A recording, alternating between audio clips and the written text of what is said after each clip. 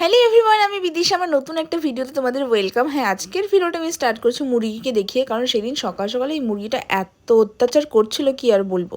আমি তো এই মুরগির আওয়াজেই উঠে গেছিলাম, আর আমার বর এখানে অনেক কষ্টে ঘুমানোর চেষ্টা করছিল, কারণ ওদিন ওর ছুটির দিন ছিল, তাই ও জোর করে ঘুমাচ্ছিল। যাই হোক, তারপর দেখো আমি সকাল সকাল উঠে ফ্রেশ ট্রেশ হয়ে তোমাদের সামনে চলে এলাম, আর তারপর চলে গেছিলাম আমি ব্রেকফাস্ট বানাতে। সেদিন বানিয়েছিলাম আমি ডালিয়ার খিচুড়ি, আর ও খেয়েছিল ভাত।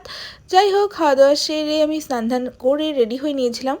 আর আমার মুখটার অবস্থা বিশাল খারাপ চলছিল, কারণ আমার প্রচুর পরিমাণে অ্যালার্জি হয়ে গেছিলো। যাই হোক, তারপর ও রেডি হয়ে নিয়েছিল, আর তারপর একটা টোটোতে ডেকে সেই টোটোতে আমার ছবি নিয়ে আমি চলে গেছিলাম আমার এক্সিবিশনের জন্যে।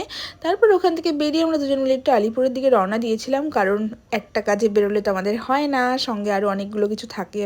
অ্যাকচুয়ালি সেরকম কিছু একটা কাজ ছিল না, অ্যাকচুয়ালি একটু ঘোরার ছিল, সেই জন্য গেছিলাম। তো তারপরে বলছিল চলো একটু ডাব খেয়ে নিই।